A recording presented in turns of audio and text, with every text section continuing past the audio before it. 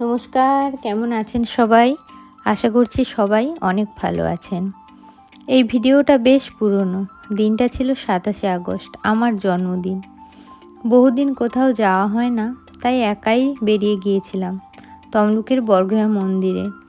আসলে আগে প্রায়ই বিবাহবার্ষিকী বা জন্মদিনে মন্দিরে যেতাম, কিন্তু এখন কাজের জন্যে আর সময় করে উঠতে পারি না। তাই আজ মায়ের বাড়ি থেকে একাই বেরিয়ে পড়েছিলাম। সত্যি বলতে কাজের চাপে, সংসারের দায়িত্বে এমনভাবে ব্যস্ত হয়ে পড়েছি, নিজের জন্যই আর সময় পায় না। তাই আজ একাই বেরিয়ে পড়েছিলাম। মন্দিরে পৌঁছে দেখছি অঞ্জলি হচ্ছে। পুজো দিলাম, মনটা বেশ ভালো লাগলো। বহুদিন পর মন্দিরে এসেছি, মনটা অনেক শান্ত হয়ে গেল। জয় মা বর্গভীমা। মাগো, সবাইকে ভালো রেখো, সুস্থ রেখো, তুমিও ভালো থেকো। পুজো দেওয়া কমপ্লিট করে মন্দিরের আশপাশটা একটু ঘুরে দেখলাম, যেহেতু বহুদিন আসি না তো তাই। তারপরে চলে গেলাম মন্দিরের ওই বেদিটার কাছে। ওখান থেকে মায়ের নামে সিঁদুর একটু কপালে পরলাম, আর আমার আশপাশে যারা ছিল তাদেরও কপালে ছোঁয়ালাম। একটু ব্যস্ততার মধ্যে আছি, কারণ বাড়ি ফিরে বাবুকে নিয়ে যাব ডাক্তারের কাছে।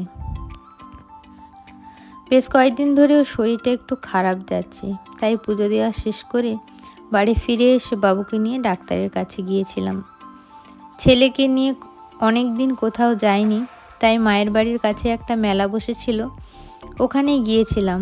আমি, বাবু, মনু মানে আমার দাদার মেয়ে, আর সোনু আমার দাদার ছেলে, আর আমার বৌদি। ভাবলাম সবাই মিলে একটু ঘুরে নেওয়া যাক, বাচ্চারাও যেহেতু কোথাও বেরোয় না সেইভাবে, তো সবাইকে নিয়ে একটু মেলার দিকে বেরিয়ে পড়েছিলাম। ওদের মুখে হাসিটা দেখো, খুব ভালো লাগছে ওদেরও আর আমারও। ওদের নিয়ে অনেক দিন কোথাও যাই না। তারপর মেলাতে একটু ঘোরাঘুরি করে অল্প কিছু কিনলাম, আর সামান্য কিছু ওদের খাইয়ে বাড়ির দিকে ফিরলাম।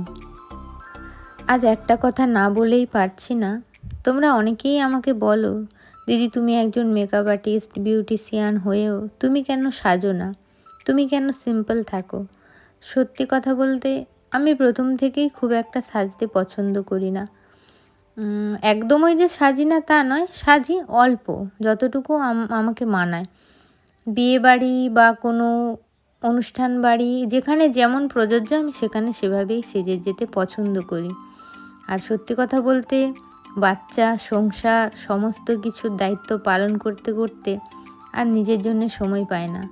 আর সময় পেলেও আর সেই এনার্জিটা থাকে না যে একটু সাজি, একটু কিছু করি।